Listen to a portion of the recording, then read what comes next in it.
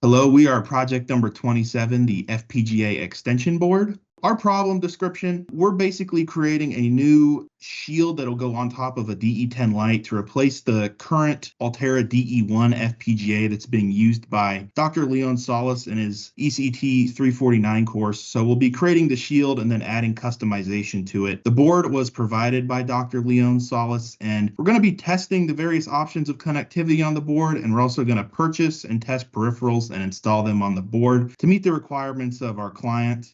This slide shows the evolution of revisions we went through with our project. We first started with the board sketch, literally on paper by hand, how we imagined it would look like with approximate dimensions. Then, after we manufactured our first prototype, we were able to test and debug it to identify imperfections, which we fixed in our third revision. The fourth iteration is our ideal design, and it will be our final deliverable for this project.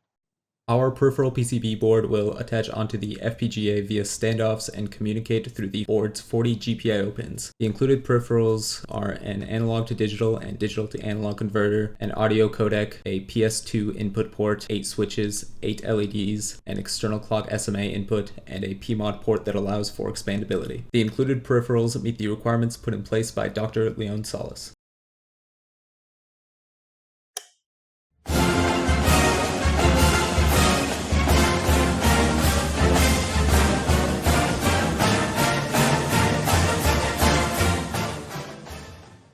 This is our final prototype of the peripheral PCB board. In the previous clip, we used the audio codec, shown in the bottom left corner of the PCB, to capture audio via the line-in input and output it to a pair of speakers via the line-out output. However, the FPGA allows for more advanced processing to be done, such as compression, equalization, noise reduction, or other audio effects. The peripheral board is mounted on top of the DE10 Lite PCB using standoffs, providing a compact overall footprint. Present on the board are an analog to digital converter, digital to analog converter, 8 switches and LEDs, an analog joystick, and various ports such as a PS2 connector and an Agilent PMOD port that allows for further expansion.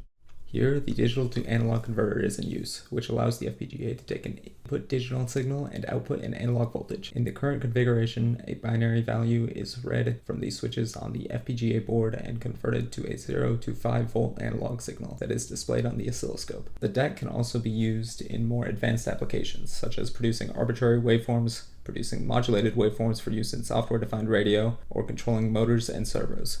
Next, we have connected the joystick to the 2-channel analog to digital converter. The joystick consists of 2 potentiometers on the X and Y axis. First, we manipulate the X axis and display the digital value in binary through the first channel. By changing to the second channel, we can then display the Y axis data in binary as well.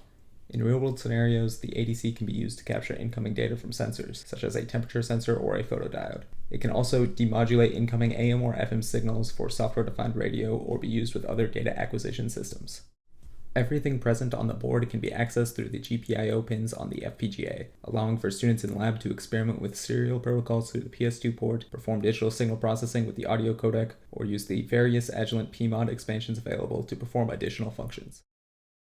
Several calculations were performed prior to the completion of our design in order to plan around various requirements and constraints. The 4 major models we used are listed and explained here, those being simulations of the audio codec and PS2 interfaces, as well as calculations that define the maximum current draw and minimum acceptable trace width for our PCB layout. After testing was completed, we confirmed that all our observations aligned with the expected values that were established by these models.